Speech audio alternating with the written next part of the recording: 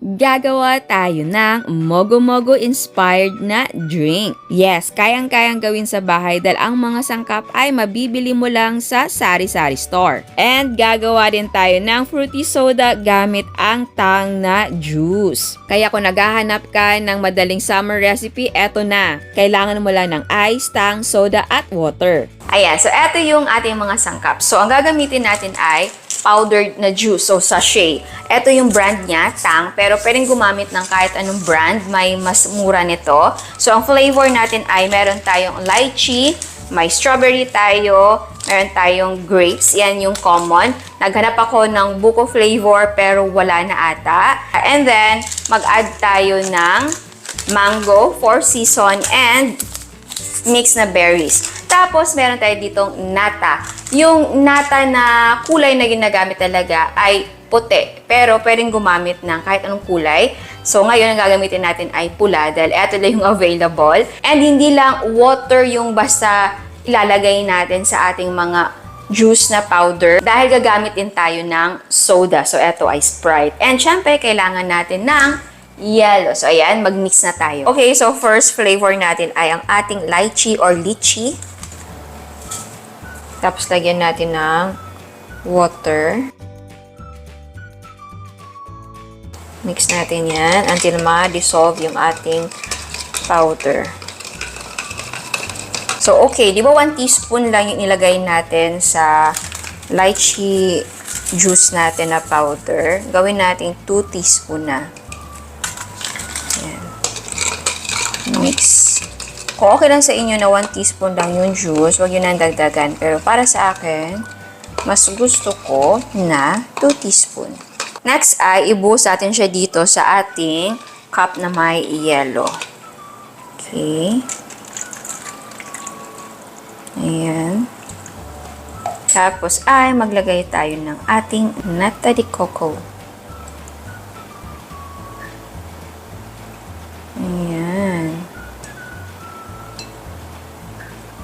Ayan, so eto na yung ating lychee or lychee na flavor. Okay, next flavor ay strawberry. So, 2 teaspoon din. Ilagay natin. Tapos, water. And then, mix natin yan. Para matunaw yung ating powder.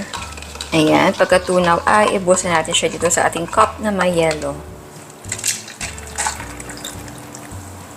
Okay. Ayan. And then, nata ulit.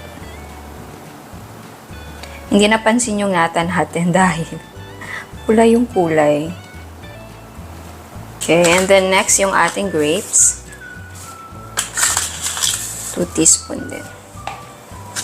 Water. And then mix. Okay, buhusan natin yan dyan.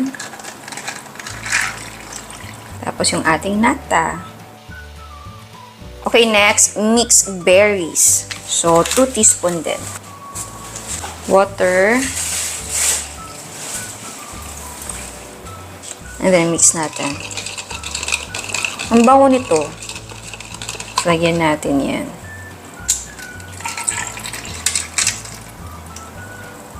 And then, nata.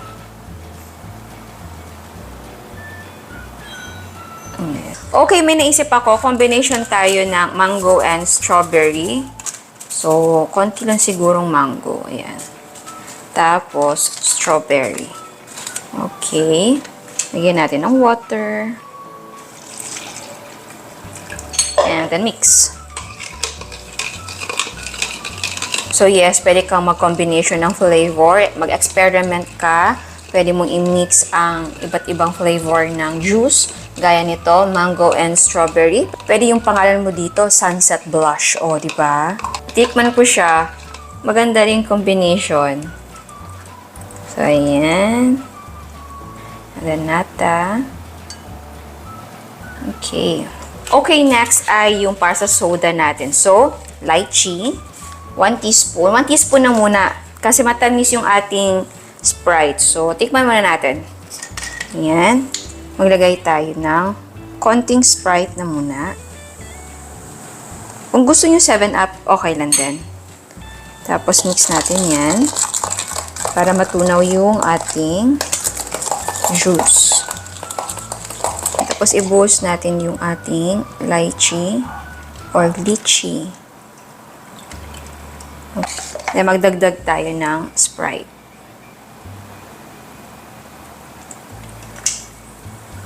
Oopsie. Okay. And then, walagay tayo ng ating nata.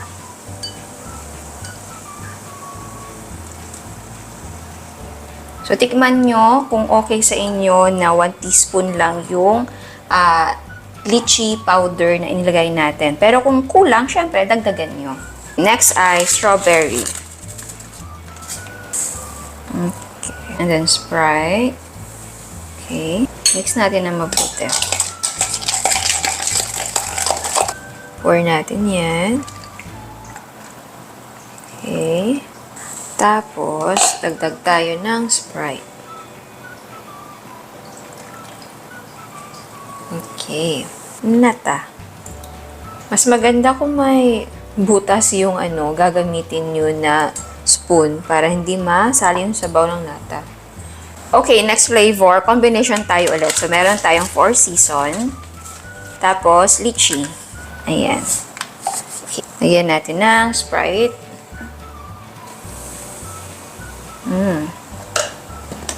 Mix natin yan para matunaw.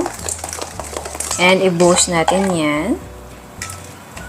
Okay. Dagdag tayo ng Sprite. Okay. Nata.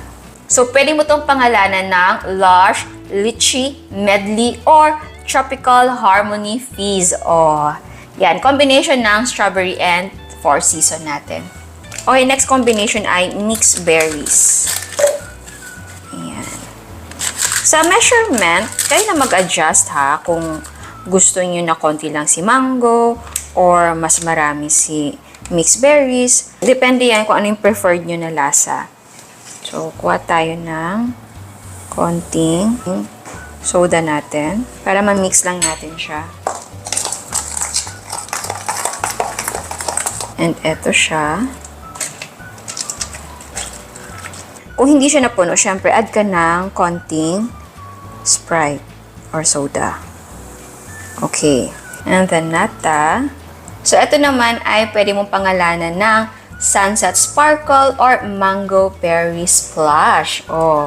Okay, so unahin natin ang lychee or lychee na walang soda. Yan siya. Okay. Mix natin. Tikman natin. Ooh. Refreshing siya ha. Okay, sa lasa niya, yung Tang na brand ay kuwang-kuha naman si lychee. Okay, alam kong sasabihin yun na, ay, ano lang naman yan? Powder juice lang yan. Parang walang special. Okay, wala nga siyang special. Pero, iba ang dating niya kapag dito mo sa cup sinerve, tapos may ice. And then may nata. Kasi 'di ba kahit ikaw, kapag ganito yung presentation, mapapabili ka din. Hindi mo naiisipin na, ay, powder juice lang naman ang gamit niyan. Hindi mo na maiisip na ganun. Kasi yung lasa naman din, ay, pack na pack naman talaga. Yung natay niya, 'di ba? Kapag eto nasa labas binili mo, hindi mo maiisip na, ay, dyan lang yan sa tindahan binili yung powder juice. Pero alam nyo, may powder juice talaga na alam mo yung pangbenta talaga na parang sa malamig ganun. Hindi ko lang alam yung brand, pero magpangalan nga kayo ng brand, ilagay nyo sa comment box. Kasi maraming mga brand na ginagamit for business. Okay. Next naman, ay tikman natin yung may soda. Ito yung strawberry ata ito. Yan. So, tikman natin to. Ito yung may soda.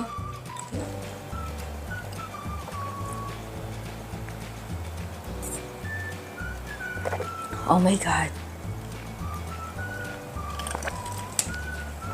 Okay, 'di ba? Gumagawa tayo ng fruit soda or flavored soda na ang gamit ko ay syrup. Kung gustong-gusto niyong gumawa sa bahay at wala kayong, yun nga, yung mga syrup, pwedeng-pwede yung powder juice. Oh my God.